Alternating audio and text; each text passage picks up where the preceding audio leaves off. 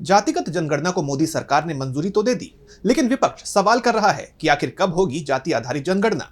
बयानबाजी के सिलसिलों के बीच अब आरजेडी नेता तेजस्वी यादव ने पीएम मोदी को चिट्ठी लिखी है। उन्होंने जातिगत जनगणना को लेकर सरकार को कई अहम सुझाव दिए हैं। तो क्या कुछ लिखा तेजस्वी ने अपनी चिट्ठी में, जानने के लिए देखिए ये रिपोर्ट।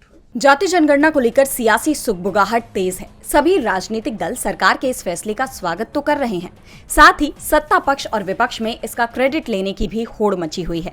खास तौर पर आगामी बिहार विधानसभा चुनाव के मद्देनजर सभी राजनीतिक दल इस मुद्दे को भुनाने में जुट गए हैं। इस बीच आरजेडी नेता और बिहार विधानसभा में नेता विपक्ष तेजस्वी यादव ने पीएम मोदी को चिट्ठी लिखी है।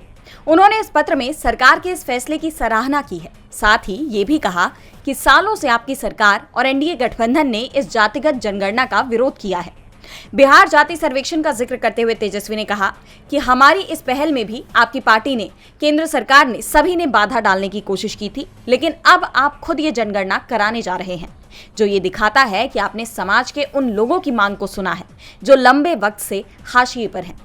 तेजस्वी ने कहा कि जाति जनगणना कराने का फैसला हमारे देश में समानता लाने की यात्रा में एक बड़ा बदलाव लाने वाला कदम हो सकता है।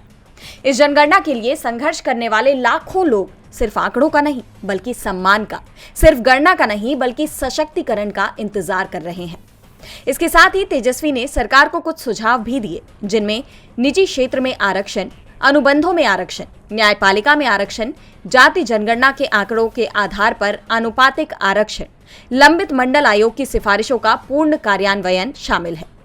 तेजस्वी ने अपने पत्र के अंत में कहा कि प्रधानमंत्री जी, आपकी सरकार अब एक ऐतिहासिक चौराहे पर खड़ी है, लेकिन सवाल ये है कि क्या इस डेटा का इस्तेमाल प्रणालीगत सुधारों के लिए उत्प्रेरक के रूप में किया जाएगा, या ये कई पिछली आयोग की रिपोर्टों की तरह लेखों के धूल भरे भंडार तक ही सीमित रह जाएगा। डीबी लाइव बिहार की रिपोर्ट।